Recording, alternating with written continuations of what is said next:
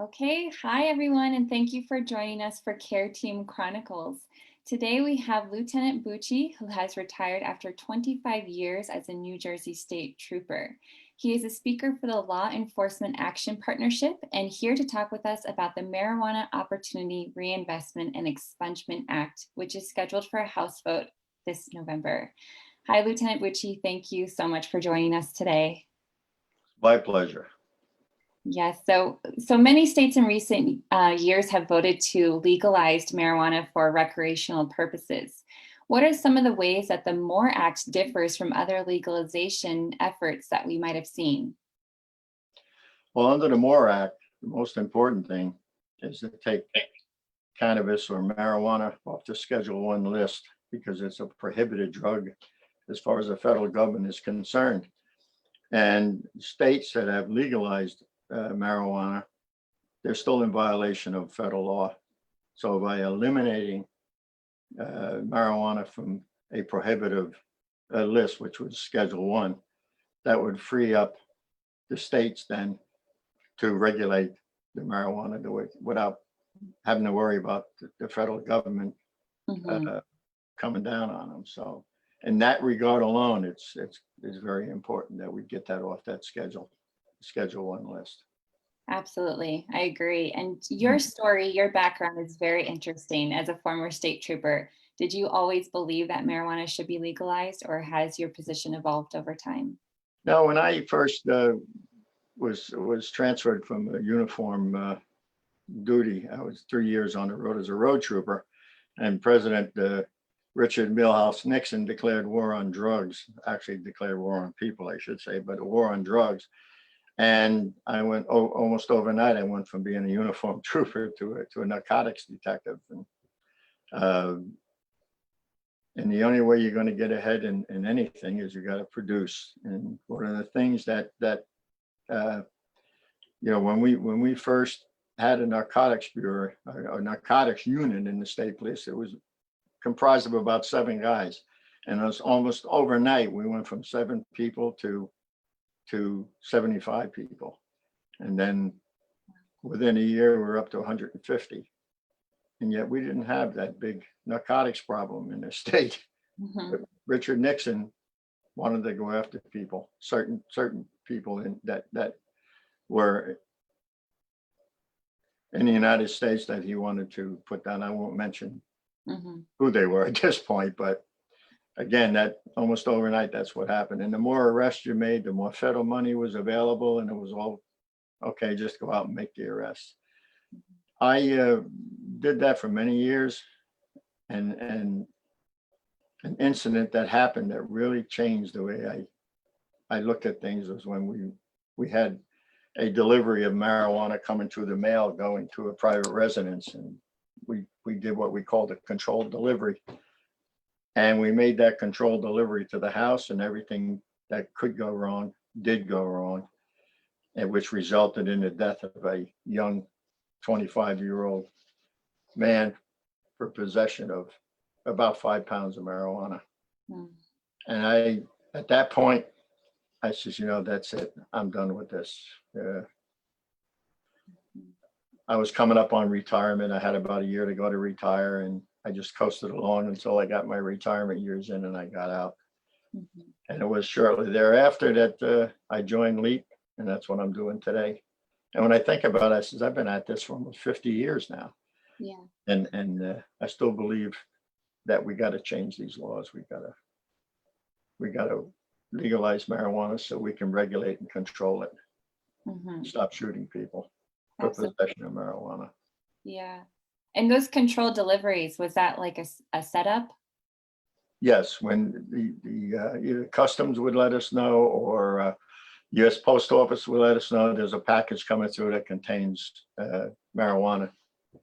And then what we would do is we would set it up to deliver it to the house, get a search warrant, and deliver it to the house. And then at a certain period, we would then execute the warrant at the house and arrest everybody in there. And for the most part, they went very easy. There wasn't much that could go wrong. I mean, one time we had a dog come out, and one of my guys shot the dog, and So I changed the way we did things real quick. I said, listen, these dogs are there to protect their owners. I says, and when they come out like that, if you have mace, use it. Don't put a bullet in a dog. Yeah. So we got that going, but these things can go sour real quick. What starts out as a routine thing all of a sudden can turn into something deadly. Mm-hmm. So Yeah, it's so sad. Just incredible. yeah. Yeah.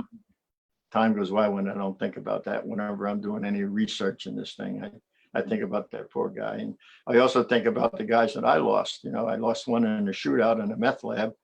We executed a warrant on a meth lab, and we had one first guy going through the door with a uniform on, and he was the one that got shot.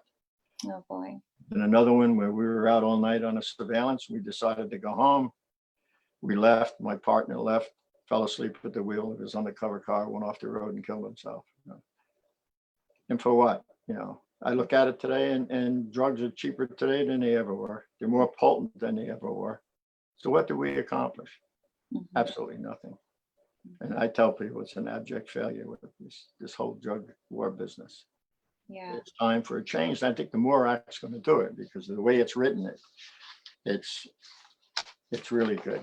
If we can get it through both the House and the Senate.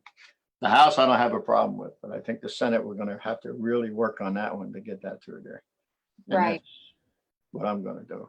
Good. So as constituents, we all have a responsibility to be aware of this, and we can call our representatives and help maybe sway their decisions if enough of us can get behind it.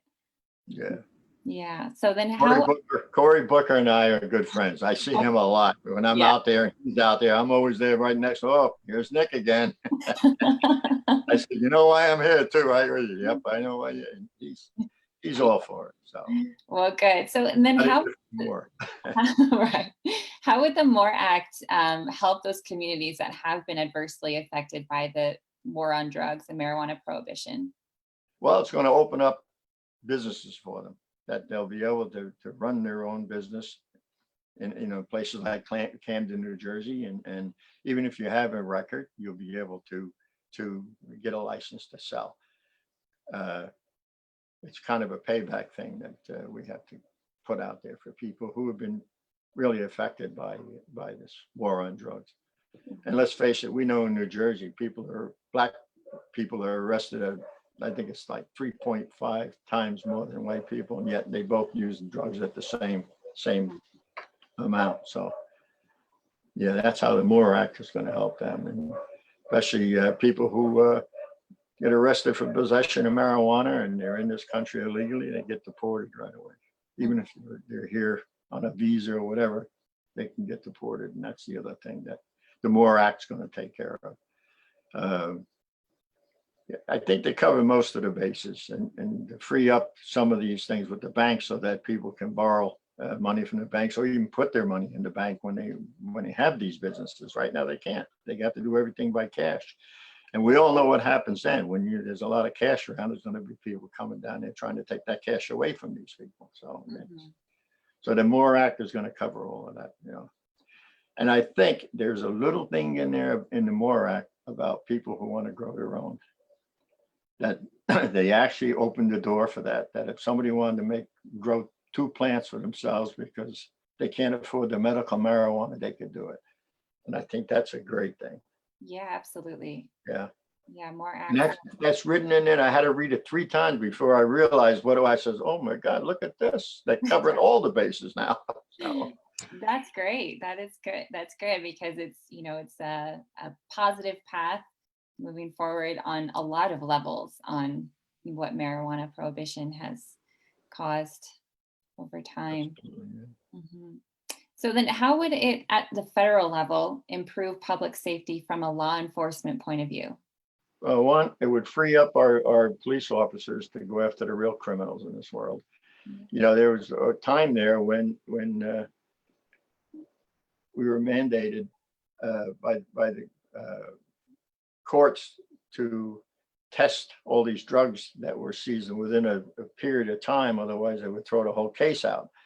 So everything else had to be put on the back burner while we're doing all these narcotic cases. And some of the things that got put on the back burner was the rape kits that went up on a shelf and never was tested. but because you could have a rape kit up there for 2 years and it wouldn't make any difference. But if it was a narcotic, you had to do it within so many days. I think it was 30 days that I have a test done. And the amount of arrests that we were making at that time, well, the rape kits just sat there on the shelf and nothing was being done with that.